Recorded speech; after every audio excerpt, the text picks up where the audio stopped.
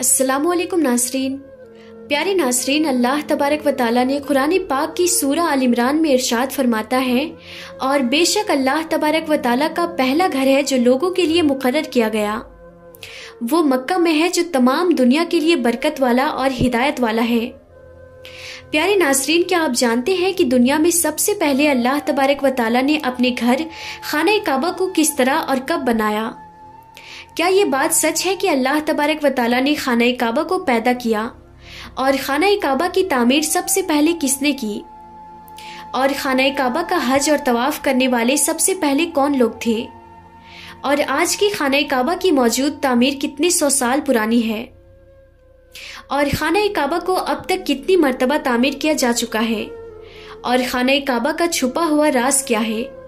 नाज़रीन, इन सारे सवालों का जवाब कुरान और हदीस की रोशनी में आज की इस वीडियो में हम आपको बताएंगे। लिहाजा आपसे गुजारिश है कि हमारी इस वीडियो को आखिर तक जरूर देखिएगा। प्यारे नाज़रीन, खाना काबा एक ऐसा मुकद्दस मकाम है जिसको देखने के लिए हर मुसलमान तड़पता है और जिसका तवाफ करने के लिए हर मुसलमान का दिल तरसता है। नाज़रीन, खाना काबा की मौजूदा इमारत 404 साल पुरानी है। खाना काबा को अब तक 10 मरतबा तामीर किया जा चुका है। नाज़रीन, खाना काबा की सबसे पहली तामीर हज़रत आदम अलैहिस्सलाम की तख्लीक से 2000 साल पहले हुई और खाना काबा की सबसे पहली तामीर फरिश्तों ने की। जिस तरह की तफसीर कुर्तुबी में लिखा है कि जब अल्लाह तबारक व तआला से फरिश्तों ने कहा कि इंसान तो पैदा होने के बाद जमीन में लड़ाई झगड़े करेगा और बहुत खून रेजी होगी, जिस पर अल्लाह पाक ने फरमाया कि जो कुछ मैं जानता हूँ वो तुम नहीं जानते। फरिश्ते ये सोचने लगे कि अल्लाह तबारक व तआला हमसे नाराज हो गया है। उस वक्त फरिश्ते अल्लाह तबारक व तआला को राजी करने के लिए अल्लाह तबारक व तआला के अर्श के नीचे तवाफ करने लगे और अल्लाह पाक की तस्बीह बयान करने लगे।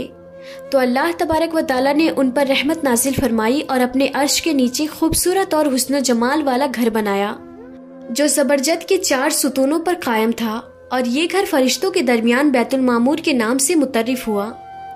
जिस तरह की अल्लाह तबारक व तआला सूरत तूर में बैतुल मामूर का जिक्र फरमाता है, प्यारे नाज़रीन, बैतुल मामूर फरिश्तों का काबा है और ये 7वें आसमान में अर्श के सामने काबा शरीफ के बिल्कुल ऊपर है। फरिश्तों के बीच बैतुल मामूर की ऐसी हुर्मत है जैसे जमीन पर काबा मुअज्जमा की हुर्मत है। ये आसमान वालों का किबला है और हर रोज 70,000 फरिश्ते इसका तवाफ करते हैं और नमाज के लिए हाजिरी देते हैं। जो फरिश्ता एक बार बैतुल मामूर में तवाफ कर लेता है या नमाज पढ़ लेता है तो इसके बाद दोबारा उसको कभी मौका नहीं मिलता, बल्कि हर रोज नए 70,000 फरिश्ते बैतुल मामूर में हाजिरी देते हैं और अल्लाह तबारक व तआला की इबादत करते हैं। बुखारी और मुस्लिम शरीफ की हदीस है कि हुजूर पाक सल्लल्लाहु तआला अलैहि वसल्लम को भी बैतुल मामूर दिखाया गया। प्यारे नाज़रीन, सबसे पहले अल्लाह तबारक व तआला ने फरिश्तों के लिए काबा बनाया जिसको बैतुल मामूर कहा जाता है। इसके बाद अल्लाह तबारक व तआला ने फरिश्तों को हुक्म दिया कि जमीन पर भी इस बैतुल मामूर की इमारत मेरा घर बनाओ, ताकि जिस तरह फरिश्ते बैतुल मामूर का तवाफ करते हैं इसी तरह जमीन पर भी मेरे बंदे उस घर का तवाफ करें और मेरी इबादत करें। चुनांचे फरिश्तों ने अल्लाह तबारक व तआला के हुक्म की तामील करते हुए सबसे पहले जमीन पर बैतुल्लाह शरीफ की तामीर की और उसका तवाफ शुरू किया, और फरिश्तों ने ही सबसे पहले खाना काबा का हज किया। प्यारे नाज़रीन, खाना काबा की दूसरी तामीर उस वक्त हुई जब अल्लाह तबारक व तआला ने हज़रत आदम अलैहिस्सलाम को तख्लीक करने के बाद जमीन पर उतारा। इस तरह जब हज़रत आदम अलैहिस्सलाम जन्नत से ज़मीन पर तशरीफ़ लाए तो हज़रत आदम अलैहिस्सलाम ने अल्लाह तबारक व तआला की बारगाह में अर्ज़ की कि या रब्बुल आलमीन, मैं यहाँ ना तो मलाइका की तस्बीह व तकबीर सुन सकता हूँ और ना ही कोई इबादतगाह देखता हूँ, जैसा कि आसमान में बैतुल मामूर को देखा करता था जिसके इर्द गिर्द फरिश्ते तवाफ किया करते थे। हज़रत आदम अलैहिस्सलाम की ये फरियाद सुनकर अल्लाह तबारक व तआला ने हज़रत आदम अलैहिस्सलाम से फरमाया कि जाओ, जहाँ पर हम निशान बताएं वहाँ काबा बनाकर उसके इर्द गिर्द तवाफ कर लो और उसकी तरफ मुंह करके नमाज भी अदा करो।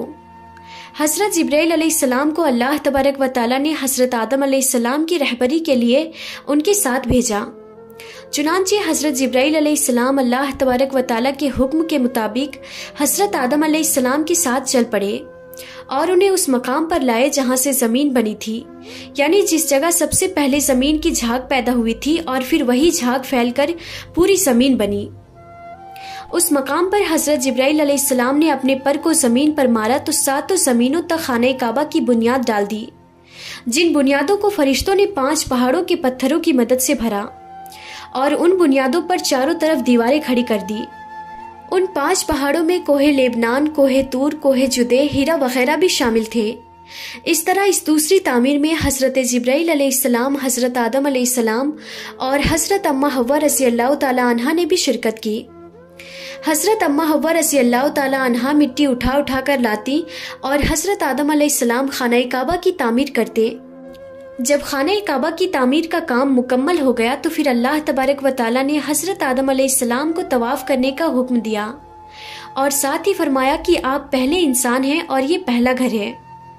फिर हजरत आदम अलैहिस्सलाम खाना काबा की तरफ मुंह करके नमाज अदा किया करते और अल्लाह तबारक व ताला की इबादत में मशगूल रहा करते। खाना काबा की तीसरी तामीर।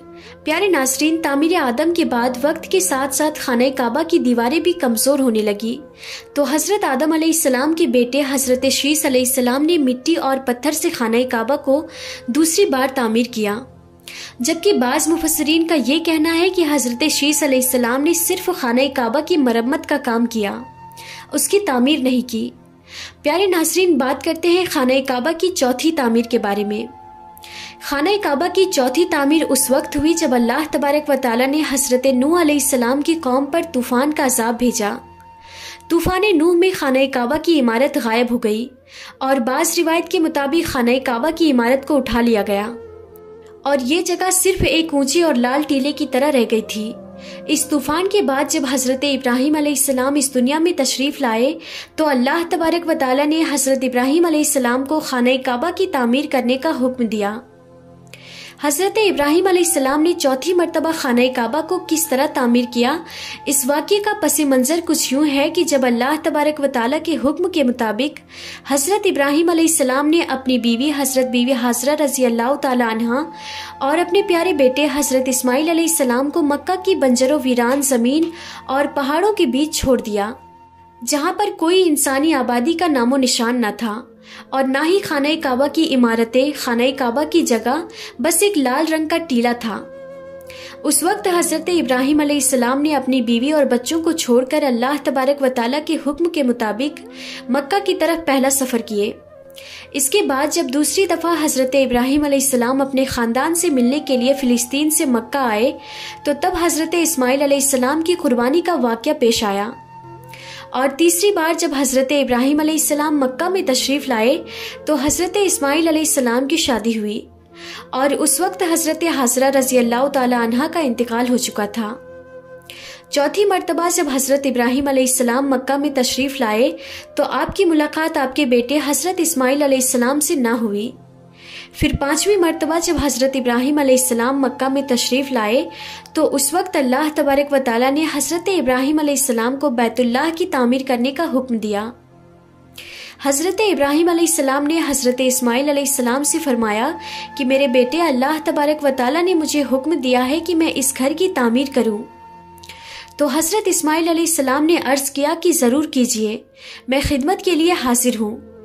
चुनांचे एक रिवायत के मुताबिक खाना काबा की बुनियादों की निशानदेही हज़रत जिब्राइल अलैहिस्सलाम ने की। उस पर हज़रत इब्राहीम अलैहिस्सलाम और हज़रत इस्माइल अलैहिस्सलाम ने तामीर का काम शुरू किया।